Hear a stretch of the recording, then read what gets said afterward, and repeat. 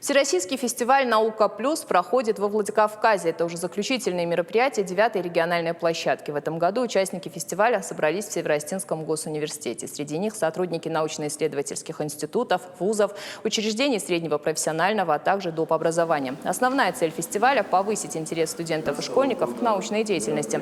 Для этого запланировали 170 мероприятий. Это интерактивные выставки, конференции, семинары молодых ученых, научно-популярные лекции, экскурсии и научные квесты. Первый день мероприятия начался с конференции «Популярная наука». С докладами выступили 5 экспертов, а студенты и школьники представили свои работы на выставке научных достижений «Наука обществу». Пин в переводе с английского означает мусорное ведро, урна, а ology – это наука изучения.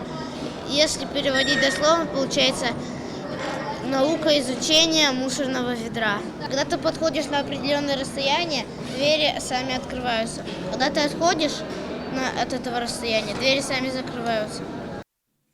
Во Владикавказе фестиваль проходит уже в 7-й раз. Сегодня его посетили порядка 500 человек. Соорганизаторы Владикавказской региональной площадки Всероссийского фестиваля науки, Министерство образования и науки Северной Осетии, Владикавказский научный центр РАН, Республиканский Минкульт и Северо-Осетинский госуниверситет. Сегодня же стало известно, что в это воскресенье Министерство культуры республики дает возможность бесплатно посетить все музеи, где проходят выставки на научную тематику. Такую акцию проводят 3-й год подряд.